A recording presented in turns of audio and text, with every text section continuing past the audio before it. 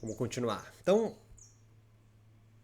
no capítulo 27, ele vai ainda, estamos no apêndice 5, vai trazer o que ele considera então como a essência do homem que a gente já adiantou na outra aula. A conservação do corpo é a perseverança em manter-se existindo. Todas as suas partes mais afetadas e com maior poder de afecção em outros corpos e mentes. Isso aumenta a nossa forma de pensar. Então vem. A mente é uma ideia do corpo. Quanto maior o número de afetos, de experiências você tiver, se permitir a ser afetado, mais e mais potente você tem o poder de afetar outros corpos. Então, quanto mais você se permite ser afetado, quanto mais você afeta outros corpos, mais ideias adequadas você pode produzir em outros seres e a si mesmo. Então, se há uma essência em você, não é uma alma que transmigra de corpo em corpo. Porque para Spinoza, essa concepção nada mais é do que uma ideia do corpo. Você é formado por dois atributos, corpo e mente, mas a sua mente, para produzir um pensamento, uma ideia adequada, ela necessita que o seu corpo seja afetado por outros corpos e outras mentes. Para produzir, então, uma ideia. Ela não produz ideia com seu corpo sem se permitir ser afetado por outro. Ah, não estou entendendo. Olha alguém. Quem é na nossa sociedade aquele que tem o menor número de afecções e o menor poder de afetar os outros? Ou, em outras palavras, aquele que está mais triste. Aquele corpo e aquela mente que tem um grau de tristeza gigante, está em decomposição, tanto que alguns até abreviam a sua própria existência. Alguém em depressão. Alguém em depressão é alguém que não consegue ser afetado por nenhum corpo, nenhuma mente. Minha vida não tem nenhum sentido, eu não sei o que eu estou fazendo aqui. E também, por consequência, não consegue afetar nenhum outro corpo. Que tipo de pensamento eles têm? Um pensamento que é contra a sua essência, que é perseverar se existindo. É o contrário, é diminuir a sua existência. Diminuir a sua existência, então, o grau máximo de tristeza é quando vocês estão decompondo. Significa o quê? Que você não está não permitindo ser afetado por nada, ou não consegue ser afetado por nada, e consequentemente não consegue afetar ninguém também. Isso aqui é algo muito importante na minha concepção, na ideia de Spinoza. A conservação do corpo é a perseverança em existir. A essência em você é continuar existindo. Se há algo que move você, é continuar existindo. Tanto que alguém que não consegue continuar existindo tem ideias inadequadas de abreviar sua própria existência, essa pessoa tem que ser medicada. Tá doente, não é? Tá doente. Ele não consegue afetar ninguém. Como eu consigo, então, aumentar o número de afecções em mim e também de afetar outras pessoas? Criando, brother. Criando possibilidades de mais experiências para você e, consequentemente, de mais experiências para os outros, que Deleuze e Guattari vai chamar de linhas de fuga criadoras. Alguém que não consegue ser afetado por nada ou é afetado sempre pela mesma coisa, não aumenta seu cabedal de experiências, é uma pessoa triste, que decompõe, ressentida. É por isso que eu teço críticas ao pensamento universalista de algumas tradições do yoga, que se entendem então que já perceberam tudo, já sabem de tudo. Isso é aquilo. Ou você, professor de yoga, que começa a interpretar as experiências do seu aluno. Você diminui a riqueza de vida dele. Dá uma aula de 1h30, ele é inundado de uma série de experiências lindas que as práticas de asanas, de pranayama, de kriya, de mantras, conduzida por você, por exemplo. Olha o número de afecções que atravessam e encontram aquele corpo, produzindo ideias. E você começa a interpretar cada uma dessas experiências. Você reduz de 1000 platôs de possibilidade, ou de estratificações, você dá uma só possibilidade. Há 1000 possibilidades de pensar o que ele teve de experiência na sua prática de yoga. E você dá uma só para ele, porque você aprendeu a tradição. Você reduz a vida dele. Nutrir o corpo, então, compondo de variados encontros, faz com que você aumente a sua natureza, ou seja, esteja mais perto de Deus, que possui infinitos atributos, infinitas possibilidades de experiência. Se você só tem uma experiência, olha que pobreza que é a tua vida. Então precisamos prestar serviço aos outros, aumentando nossa potência.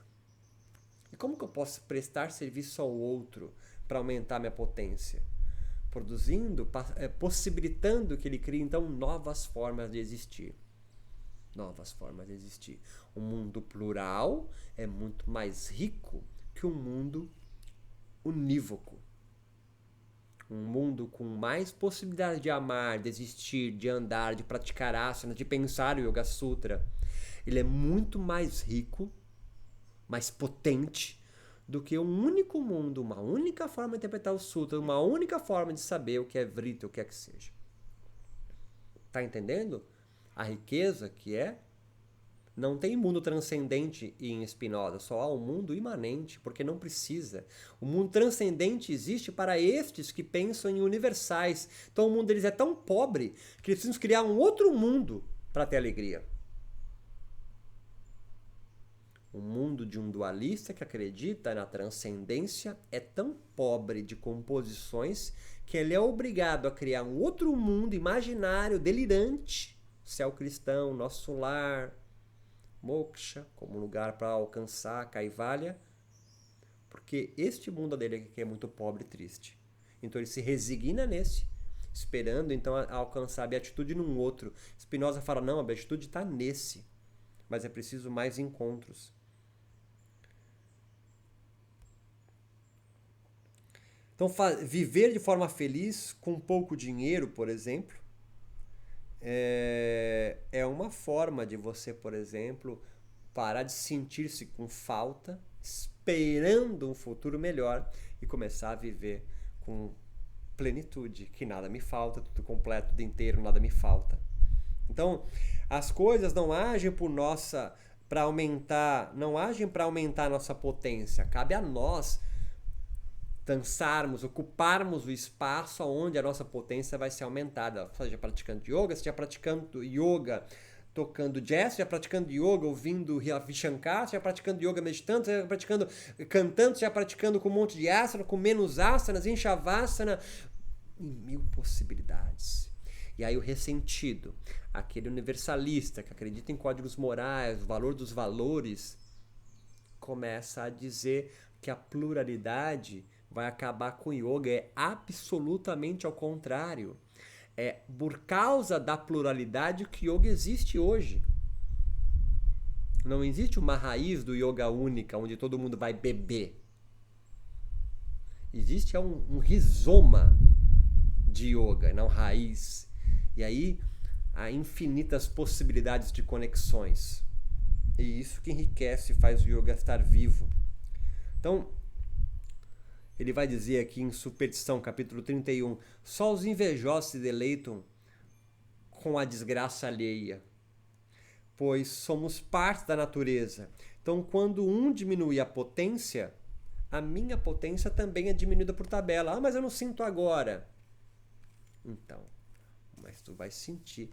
A tristeza do outro, de um povo mesmo distante, vai influenciar em você, porque somos todos parte de Deus. Há uma parte de Deus, então, que está doente. E se você é parte dele, essa parte também é sua. Suportar com equanimidade, capítulo 32, os afetos negativos. Porque somos parte da natureza toda. Compreender isso se satisfará, fazer você satisfazer com o aumento da potência alheia, mesmo quando a sua potência está diminuída. Então, observar alguém dando muito certo na vida, feliz, alegre, aumentando a potência dele, deve me alegrar, porque ele é parte de Deus. Então, há uma parte de mim alegre, mesmo que seja num outro corpo e na outra mente. E se deleitar com a desgraça alheia é uma ideia inadequada, porque você não está usando o raciocínio, a lógica, está vivendo num mundo delirante. Estou falando com uma Spinoza. Talvez ele fosse mais elegante. Eu falo com Spinoza com a voz de Nietzsche, né? Mais abrutalhado. Compreender isso satisfará mesmo percebendo que a nossa potência é diminuída, mas olhando as potências alheias acontecendo. O esforço da melhor parte de nós está de acordo com a natureza inteira. Então, mesmo com a potência de um outro, que a parte de nós esteja alegre e alta, eu devo então me potencializar vendo a alegria do outro e não me resignar ou lamentar que ele está alegre e eu não. Cabe a você criar uma linha de fulcro criadora a partir daquele encontro potente que não é o seu corpo, não é a sua mente, mas ele deve te alegar por tabela porque ele é parte de Deus, assim como você.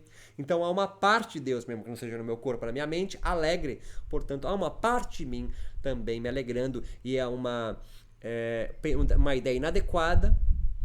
Não é o uso da razão nem da inteligência achar que a alegria do outro não me afeta. Claro que afeta. Todos os corpos e mentes afetam você. Você não perceber isso é você não se abrir para outras experiências. Meu nome é Roberto Simões, site O Contemporâneo. Estamos caminhando devagarzinho no livro Ética de Spinoza e o Yoga. Nós vamos estar cravando uma ideia muito longe de ideias moralistas e valores dos valores universais, mas pensando sobre ética, ética como sentido de vida. E o sentido de vida na construção spinozana, tentando casar com a plenitude. A ideia é então que nós somos perfeitos, advinda do yoga. Forte abraço, nos encontre na plataforma EAD.